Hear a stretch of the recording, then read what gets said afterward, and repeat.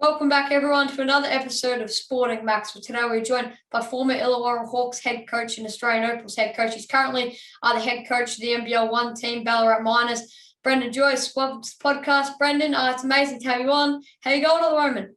Yeah, I'm great. Thanks, Max. It's great to be here.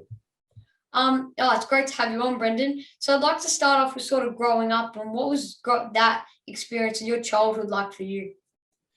Yeah, I think I had a happy childhood. I grew up in the inner suburbs of Melbourne, in the plush suburbs of the Collingwood Flats and Richmond Flats.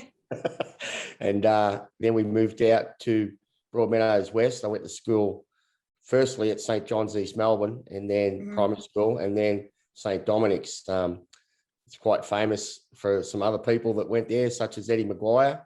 No, Eddie and his brother Frank. We were there going to school, primary school with kids, and secondary school went to Broadmeadows West Technical School, and became an electrician. Was doing that for 8 years. During that time, playing in the NBL, decided to go back to uni, so I went to Victoria Uni. But look, growing up in the suburbs to me was a lot of fun. Obviously, high density of people. Nothing's changed now. Yeah.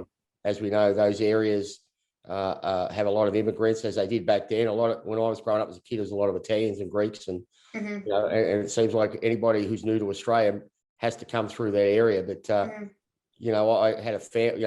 My mum and dad both worked a couple of jobs. Big family I come from, 7 kids, and so it was pretty competitive on the dinner table lit outside. When we went outside, obviously had 3 older brothers that used to belt me around a bit. So I tried to take it out on one of my younger brothers. So what sports did you like growing up? Yeah, as most Melburnians, the first sport that I was introduced to really was footy at school. We did have a basketball court at St. John's, East Melbourne. We were very lucky. Basketball was quite popular, and there's been some magnificent names come through basketball. The Cadee family. They pretty much got me into basketball. Jason Cadee's dad, Robbie Cadee, Colin Cadee, who's no longer with us, who I regard as one of the greatest coaches I ever had. He was an assistant coach for the Spectres and in the NBL for a long period of time, and assistant coach for the Westside Melbourne Saints, and he was the head coach. So I really enjoyed my basketball under him. But, Teddy Graham, there's names that probably older people would know, Max, that they all played for Australia, So it's just, Barry Barnes was from the area, not from the school, but I was pretty much introduced to basketball through school. A mate said to me, "Hey, you're pretty good. Just mucking around the schoolyard. Why don't you come and play?" And I said, "Yeah, okay." And I went home and told my mum. I was currently in the Richmond Flats, and it was kind of funny because she said to me, "You're already playing a bit of footy, school footy. Who's the basketball team?" And I said, "Oh, they're called the Presbyterian Wildcats." And she said, "You can't play for the Presbyterian Wildcats." I said, "Why is that?" She said, "You're a Catholic." I'm 9 years old. I didn't have a clue what that meant. And religion didn't matter to me then, doesn't matter to me now about what religion or where you come from. So anyway, it was just the name basically. But most teams, as you know, even the Melbourne Tigers were called Church Tigers. So most of the teams revolved around some type of church that were playing at Albert Park Stadium. So I started playing under 12s for a famous guy named Frankie Jones. It was Owen Ewan and Barry Barnes. They all played senior basketball. So growing up, I was just exposed to those two things, footy and basketball. So and I love both. So I think you got an invitation to play for the North Melbourne Kangaroos, but then obviously sort of choosing basketball. How did you make that decision? Yeah, really tough decision. I didn't know at the time though how good I was at footy. I mean, with basketball, I was making state teams and under 16s and under 18s. I'm just trying to think. Back then, I think it was late under 18s, early under 20s, as it is now. You pretty much had to make a decision. And Slug Jordan, I know, came to the game, scouted me. So there was various people knocked on the door. Brunswick VFA as well. There was because I was out the Broadmeadows West way. I was associated with Brunswick, and then I started to figure out. It was all through school footy. And a team called Jacana Football Club, who I played with out there. So famous names, Brownlow medalist Scotty Wines, Western Bulldogs, Brucey Dool. There's been some great football players come through that club. So had to make a decision. Barry Barnes said to me, I was on the threshold of making the senior team, and I'd had a few minutes here or there. The NBL didn't exist then. This is about so I'm just trying to think, 1977, 78. And Barry said, I'm pretty close to the senior team. So I had a lot of fun in junior basketball, playing every Friday night at Albert Park. So that sort of swayed me to go to basketball instead of footy. Now you were part of the Australian under-20s team in 1979. As a young guy coming into, a professional basketball career, what did you learn from that experience playing in a national team? Yeah, it was mainly a youth league team under 23s, and I was captain of that team, but I was in the squads, Australian squads. But it's just really about what you needed to do to try and get to the next level. Even jumping up from juniors to seniors. I remember, going to the first few practice sessions, although I trained with the senior team when I was 15. A lot of parents don't let their kids train, but what my dad said to me, hey, it'll do you good to get smacked around.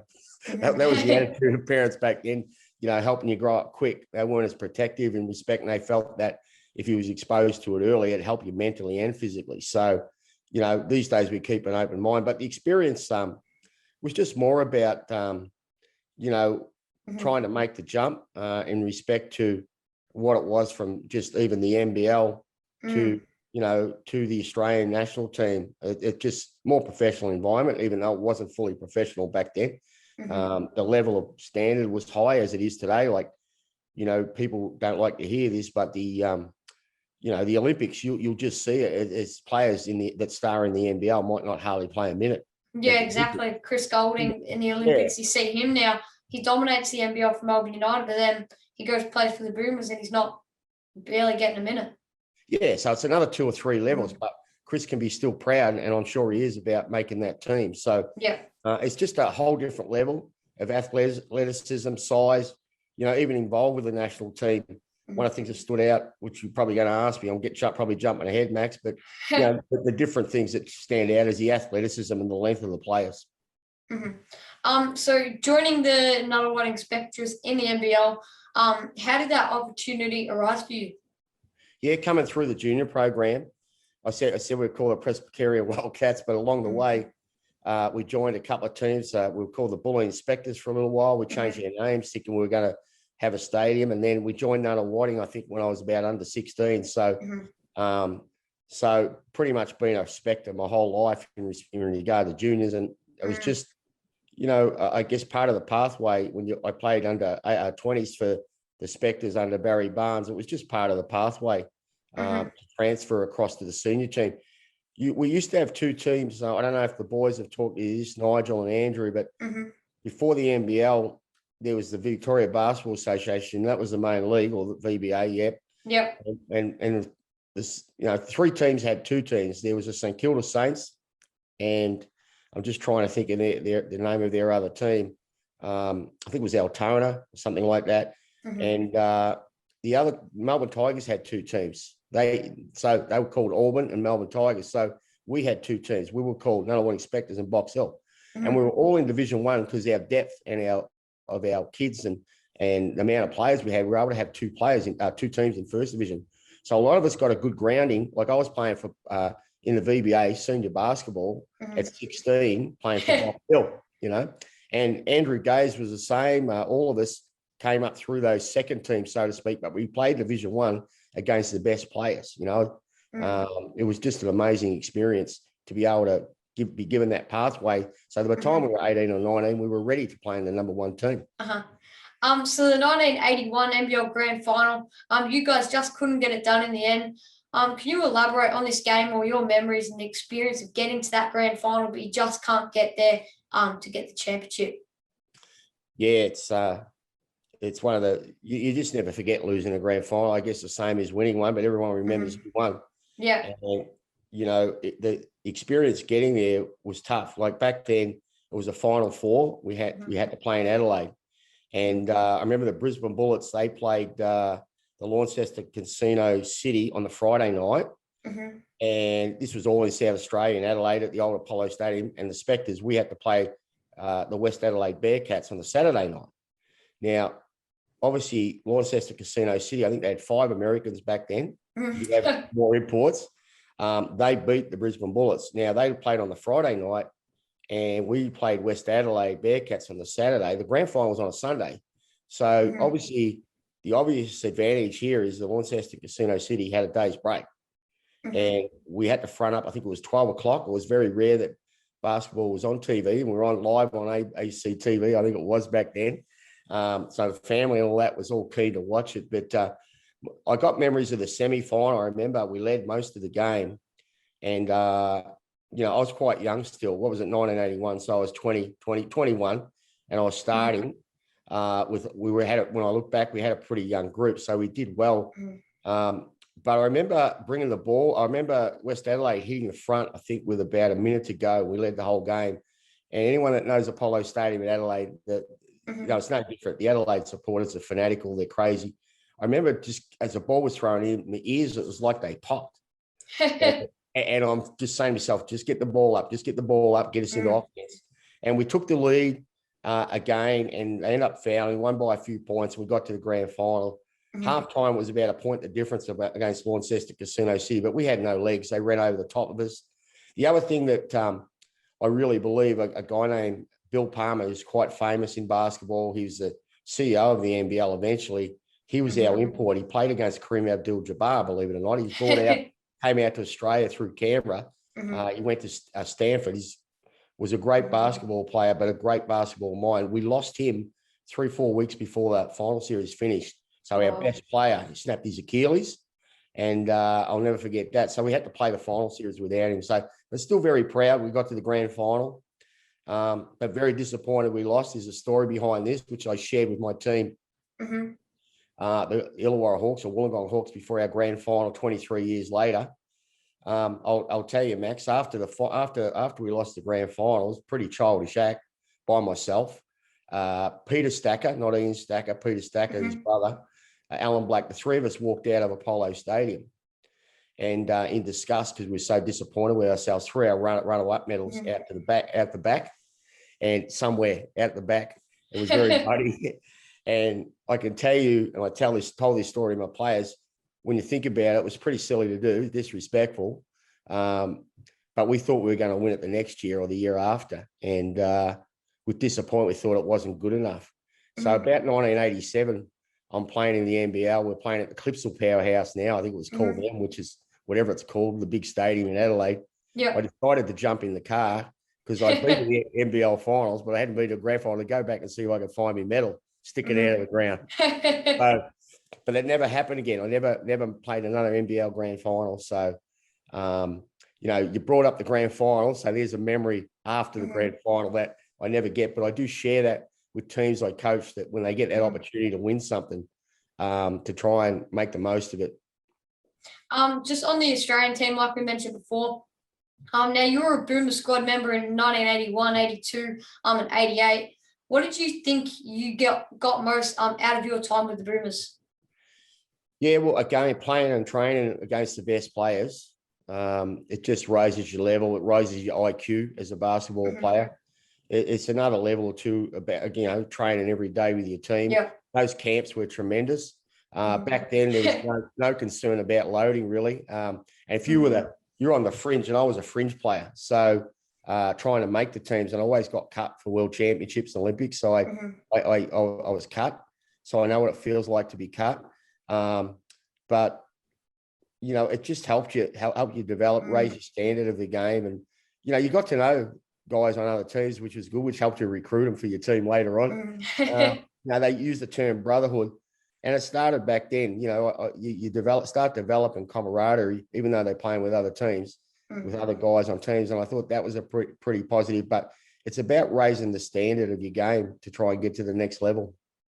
So when did you make the move to the West Side Melbourne Saints, and can you expand on how that came about?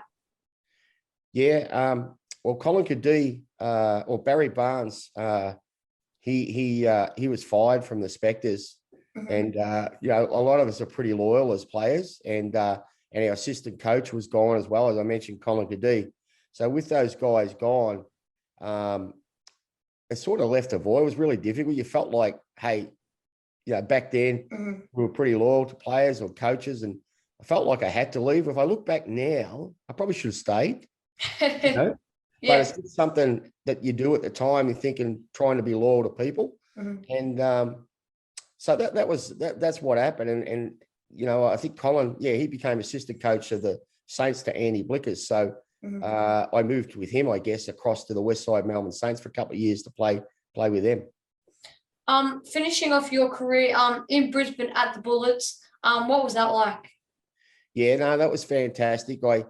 I was at the end of my career, and like a lot of players trying to chase that elusive championship. And Brian Curl, I'd known pretty well for a long time and played under him with the last Victorian team, believe it or not. There's Gazy, myself. There's a photo floating around. I think it was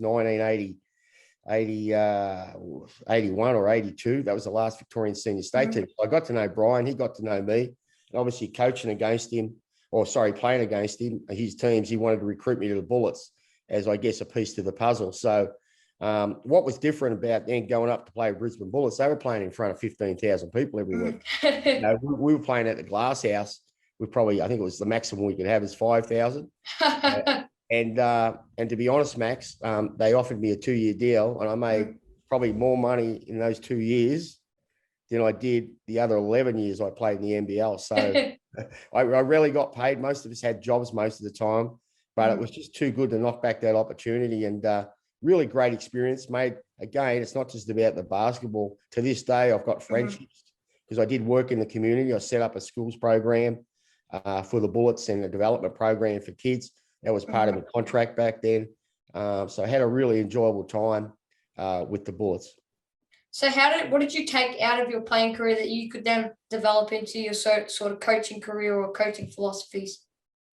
Oh, heaps. To be honest, I didn't know I was going to be a coach. I had no idea. I remember Barnesy and Colin saying to me, "You're going to be a coach one day." That's Colin Goodie. And I think I was about 27, 28. And I'm looking at them like most players going, "You're kidding, aren't you?"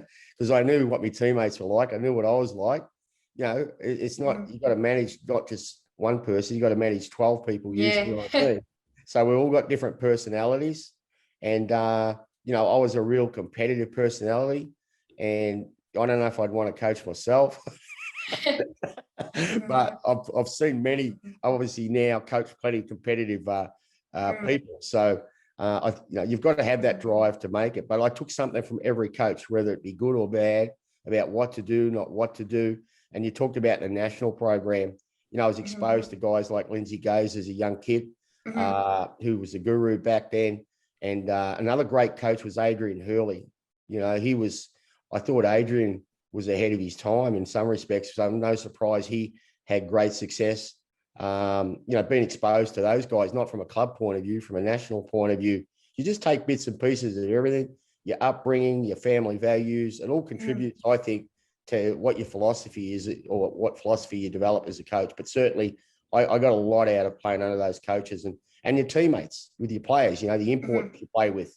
You can see what makes players tick. I was captain of 2 of the NBL teams, so I had responsibility, I guess, being an extension of the coach to assist the coach to really, try and help the players play to their highest level and play as well as they could.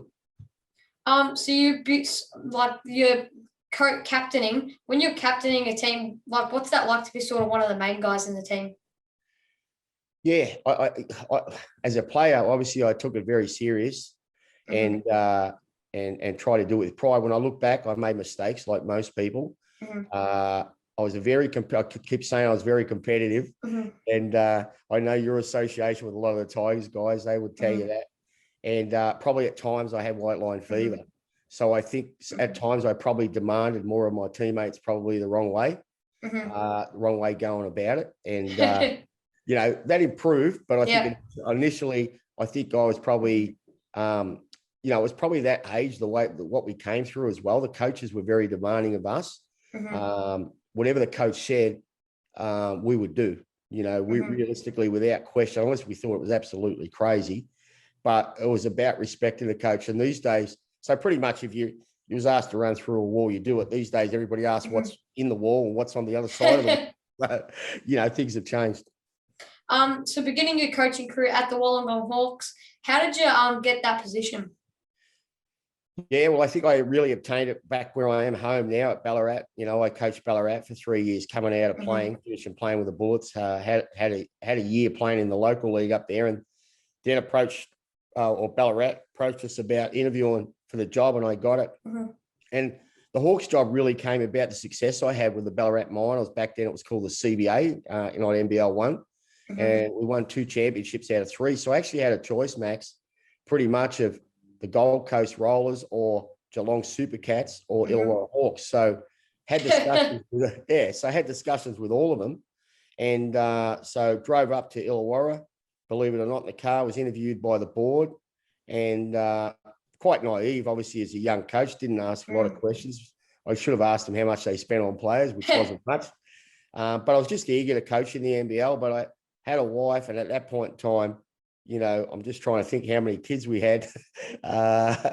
We had 4 kids, so very young, all under 5. So it was a big move, but as you know, it turned out I got the job and had it tough at the beginning, but had major success. When you first came in at Illawarra, you had guys like a young CJ Bruton and David Anderson. What were these guys like when they were young, and what's it actually been like for you to watch their careers progress and them being successful? Yeah, I'll touch on them in a sec, but when I first got there, I had Glenn Saville and Matt Campbell, 19 years of age, didn't play a whole lot. And then the first year or two, we weren't winning many games. So a lot of the older players were near the end. So I decided to play those younger players, get time, and you hear about that in the AFL, to get games into experience. Yeah. Now, the danger of that is they make young players make a lot of mistakes. They don't know how to win. And so there's teething problems. So we really struggled to win. And in all honesty, Max, just before my 3rd year, I was told if we didn't make the finals, I was going to be fired. Yeah. So I coached the whole 3rd year with half the salary cap. Fortunately, Matty Campbell and Saville by the 3rd year really developed, and we had a couple of imports that were pretty good. And we made the playoffs, winning by 1 point in Canberra. That's something you never forget. And then my career was extended. There was a change in ownership, and then we were able to spend a bit more money. Now, with that, obviously, we just made the playoffs, so my contract's been extended to 3 years. I could have been out after 2 years, but we brought in, there was a new owner named John Carson, who was a builder, and he took over the team, and we just ran it a lot more professional. Now, with that, we had the opportunity to recruit. We had a little bit more money. I was able to, and everyone saw the development with Matt Campbell and Saville. So we became really a go-to club for development. So that's how I was able to get CJ Bruton for less money at the time. And David Anderson was an absolute beautiful pickup, but we actually didn't get him, Max. He actually he chose Gorgian's team over mine, Southeast Melbourne Magic. But you'd know this in the record books. They went broke, so they joined the North Melbourne Giants. They joined the North Melbourne Giants, became Victoria Titans. So with that, the 2 teams, then Gorgian told Anderson he didn't have a spot for him. So David Anderson's agent rang us and said, "Do you still want him?" We said, "Of course we do." Yeah. So I ended up with David. So we had a really young crew, but you know what? That was an exciting group to coach. David as a 19-year-old, I think CJ just come back from college at 23 or something like that. Saville and Campbell are still, I think, 21 years old. We're probably, it was just an exciting young team to be around. We're very popular. And we had a great year. Look, we made the top 4. So it was all part of the stepping stone. But, I lost David after 1 year. He got that massive contract at Kinder Bologna in Europe. So we still had him. We actually had him contract for another year, but we just said, well, you can't hold him back. He's going to make big money in Europe. So that was the start of his European career. And then CJ we had for another year before he went on to one of the bigger money teams, which happens Max it. In 1999, you won the first Coach of the Year award. What was that like to be recognised, as the best coach in the league? Yeah, probably the best memory of that was my mum was there. Club invited my mum. She's no longer with me. I saw how proud she was. And it was just magnificent because it was at the Crown Casino. I'll never forget that night. And the other beautiful thing was I didn't win it on my own. I shared it with Lindsay Gaze. So it's a great memory to have that moment to share with one of the icons of basketball. And, it's more about just sharing the experience on the night with people that had helped you. I invited my old coach, Colin Cadee, and different people. They were all there and they were all proud. But it was a matter of sharing it with the club. A pretty special night. And that, believe it or not, the MC was Eddie Maguire. So that made it special as well. In 2001, just 2 years after you won that first Coach of the Year award, you coached the Hawks to their first NBL championship, beating the Townsville Crocodiles.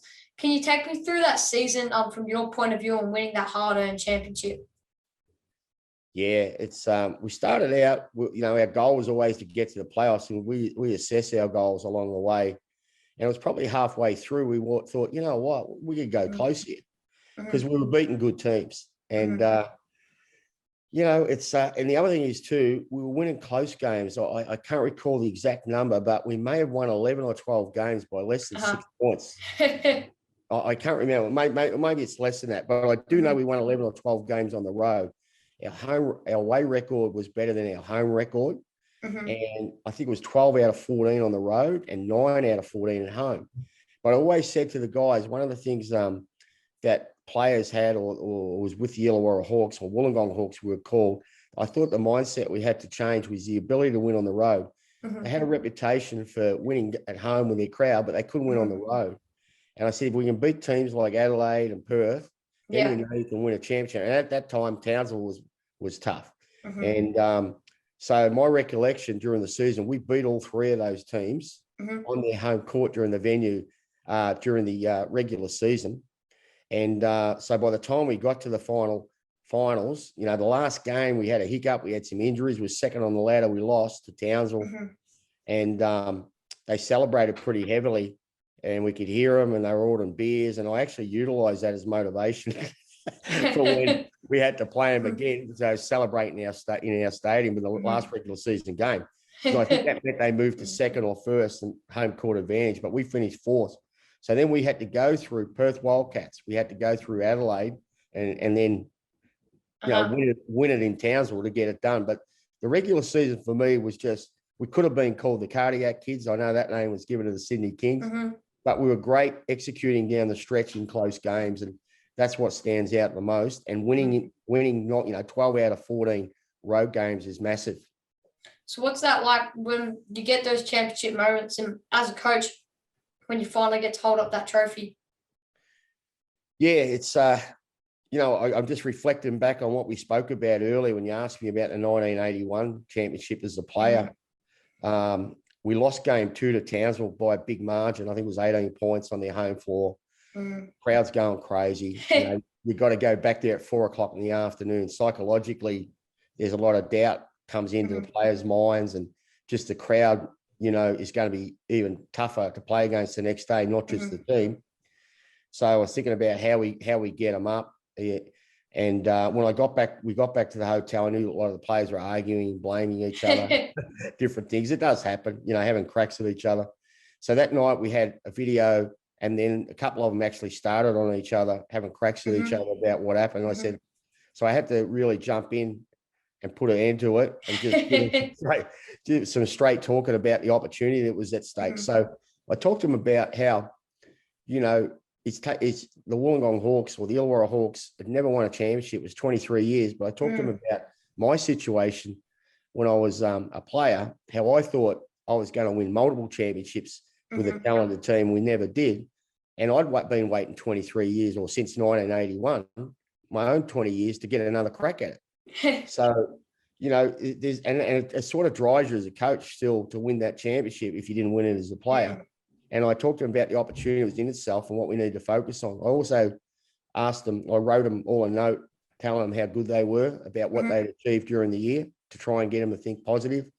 I know feedback later on was that they all took that to heart. And look, you can just, if you see any video footage at the beginning of the game, and not that, the guys were just really focused the third game. And it had its momentum swings, but I think a big part of it was just to get together after losing game 2, lock in together and lock in what we needed to do to win game 3. So in that year, you also once again won Coach of the Year award. What does that award mean to you? Yeah, well, I only just remembered I won that Coach of the Year that year now from you, Max. So it's hard, it gets lost, I guess, the coaching award with winning the championship, because you're actually given it the coaching award before you actually play your final series. So I think it was that year. So, you know, the sort of memory gets lost because that's not what we coach for. I mean, that's a benefit, bonus, that's a benefit. It's something to be proud of. But it was all about the championship. But when I look back, it was just a great year all round. So it wasn't just me, you know. I think Axel Dent got Rookie of the Year. And as with a winning team, you get, you know, other players that get awards throughout the year. And that's what's special as well.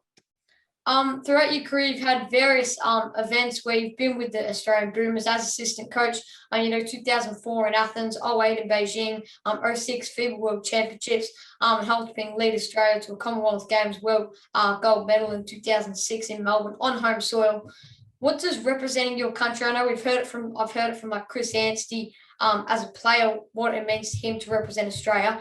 But what does it mean to you as a coach to represent Australia and represent your country? Oh, look, it's just something you just aspire to do. It's a dream. And, you know, as a little kid, when we're bouncing the ball in the backyard or you're kicking the footy in the backyard, you know, I used to call myself, even though I wasn't a Richmond supporter, but I loved Royce Hart. And my last name is Joyce. So I used to call myself Joyce Hart, picked up by Joyce Hart, who kicks it over here, or Peter McKenna, or, you know, I'm a Collingwood supporter. So it's the same in basketball. I love Teddy Graham as a player. That's a name. He played at the World Championships, I think, in 1970, a little guy that I used to watch play.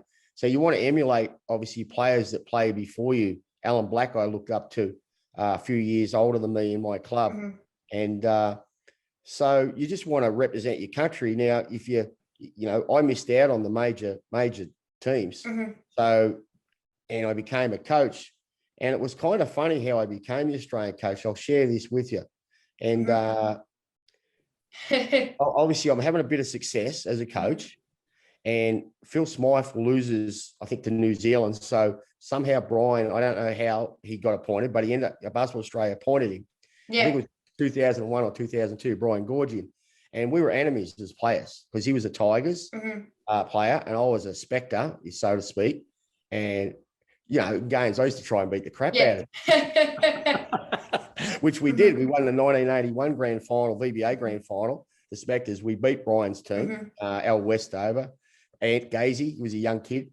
But anyway, so I get this phone call, 2001, and my wife goes, "It's Brian Gorgian." And I'm thinking, what the hell would he be calling me for? The enemy. Anyway, he proceeds to tell me he's going to be the national coach. I go, "Oh, congratulations. Good on you, mate." And he says, "Oh, I'd like you to be an assistant coach." And I, out of the blue. And the phone went quiet. And I go, "Brian, can I just ask, how come me?" And I'll try to be Brian Gorgian. "Hey, Chuck, everybody that hates me hates you. So we'll work well together." There was a few other words in there, which I won't put on because I know you put this out there.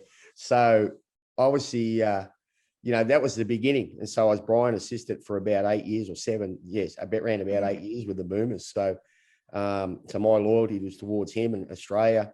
And there's nothing prouder than being a part of that. And Chris, obviously, you said you interviewed Chris. He was a part of one of those teams, at the Olympics.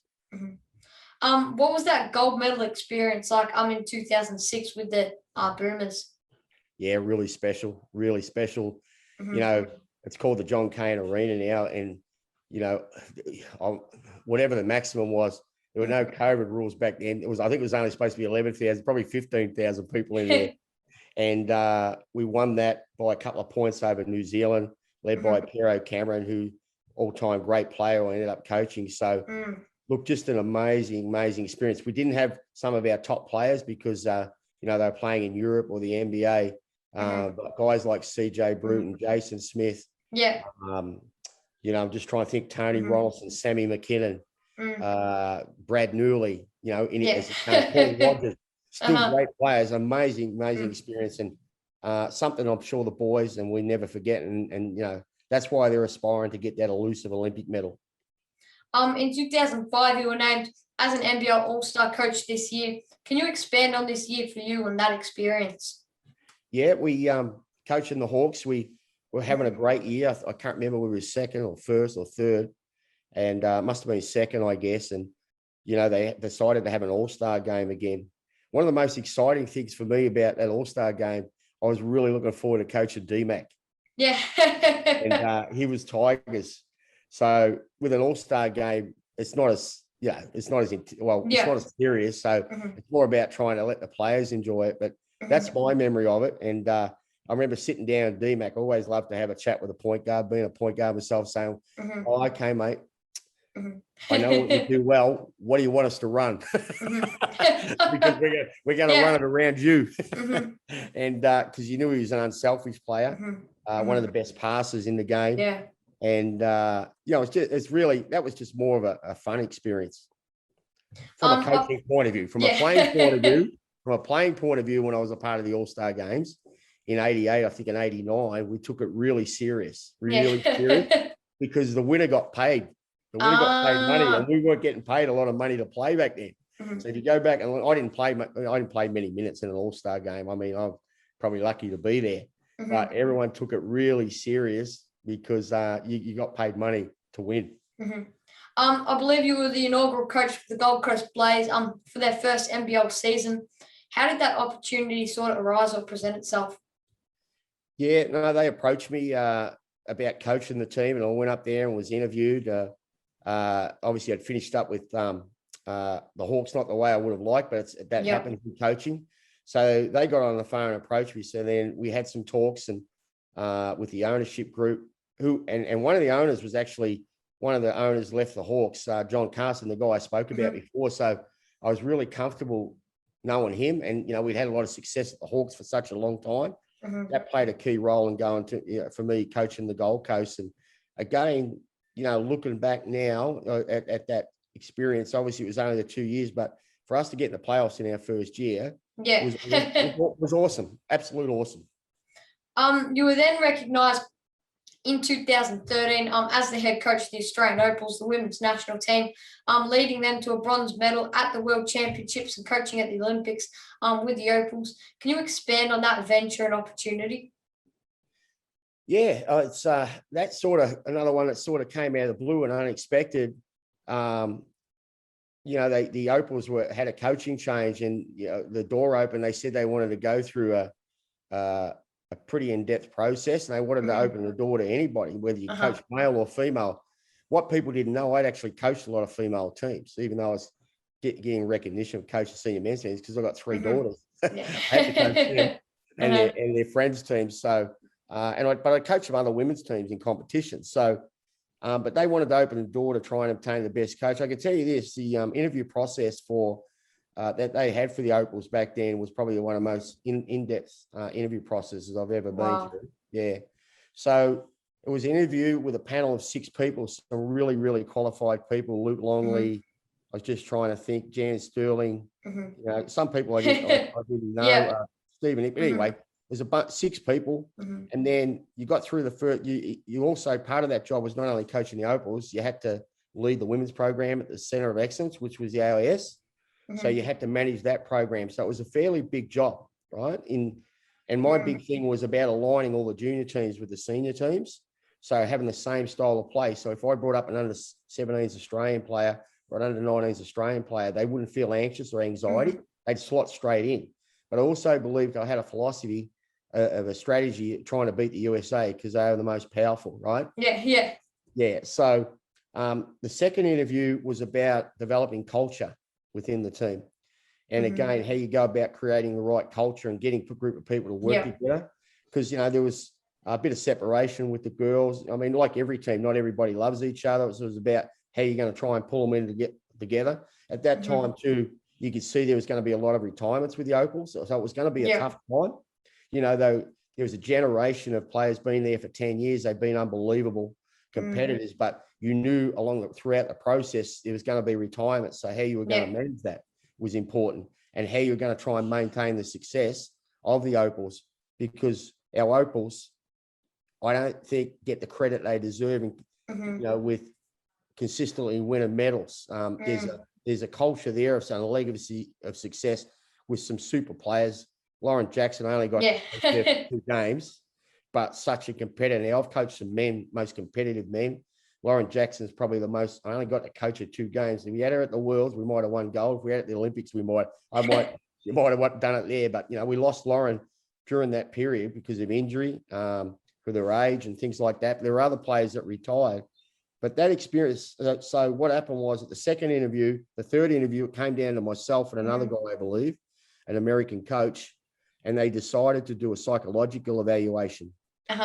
So I thought I had no chance with the psychological evaluation. So, so I that went for about 3 hours on profiling and things like that. Yeah. So it was very extensive, and that's how I got the job. Again, I've shared with the experience. You just touched on it. Winning the bronze medal in Turkey. We lost to the USA. Again, reflecting on the Hawks losing to Townsville. We got to the semi-final. We played the USA. And I don't know if you know, Max, or recall, but we lost Liz Kane about the week before the World Championship. No. She snapped her Achilles. So no one thought we were definitely going to medal at this point in time. Now, we were in France. We're beating the USA.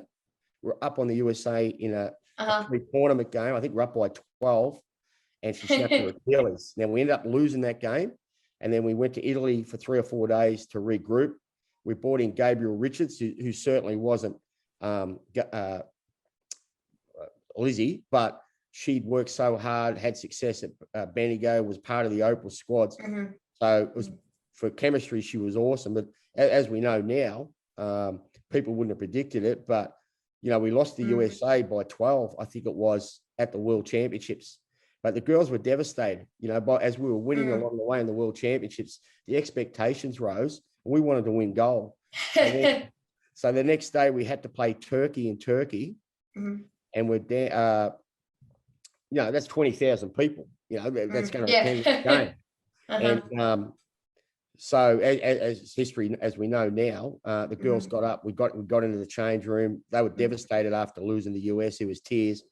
And I said, hey, we got another chance here to medal. So we got to get up. We got to believe in ourselves.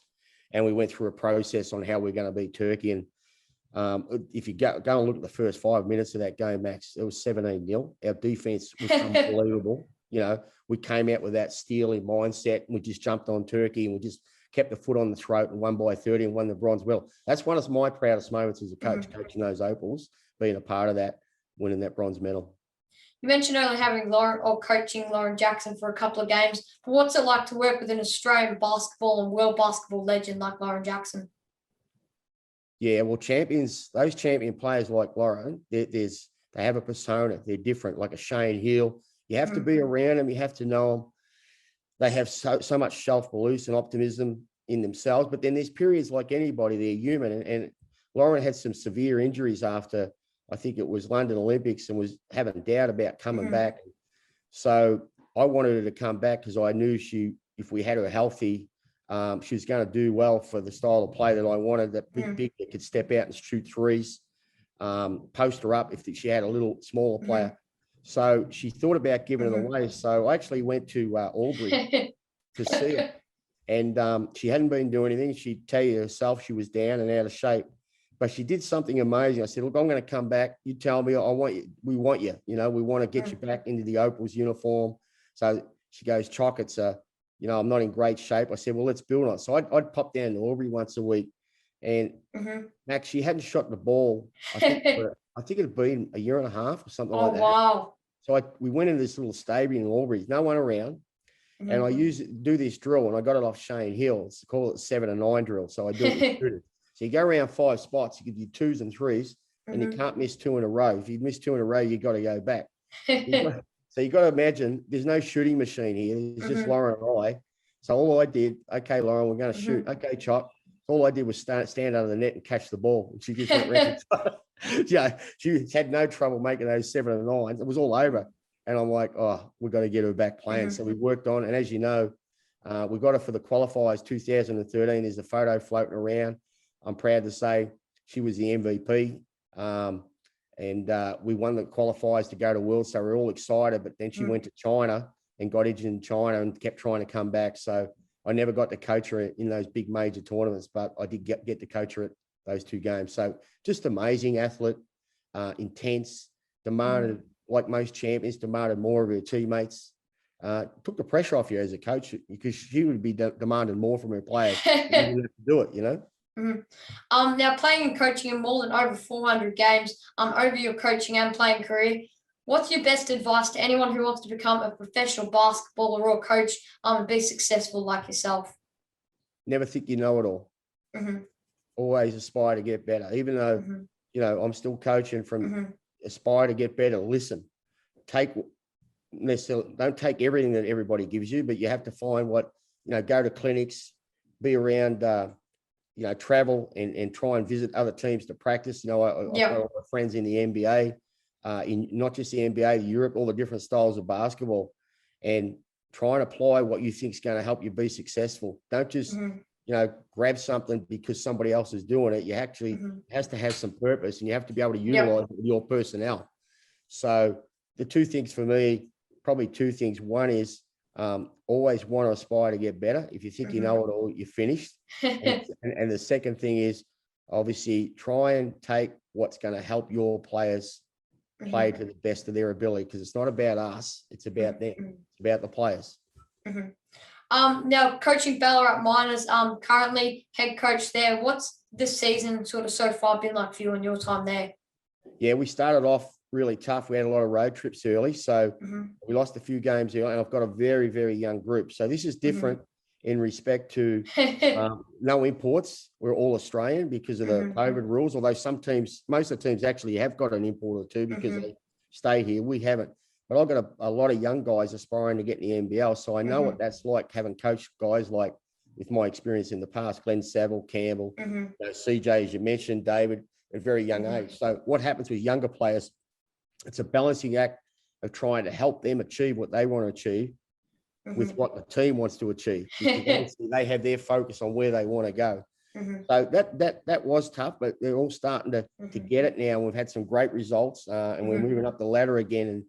And I've probably got 4 or 5 kids that realistically could be on the end of the bench in NBL teams. So, you know, that's exciting because it's not just about winning. It's about helping those kids go where they want to go. Thanks, Brendan, for coming on the podcast today and putting aside an hour or so of your time to come and have a chat. It's been an honour. No worries, Max. Thanks for having us, and wonderful questions. Appreciate you having me. Thanks, Brendan. Best of luck for the rest of the NBL 1 season, and speak soon. Thanks, Max. Thanks, Brendan. Stay tuned, everyone, for some more Sporting Max.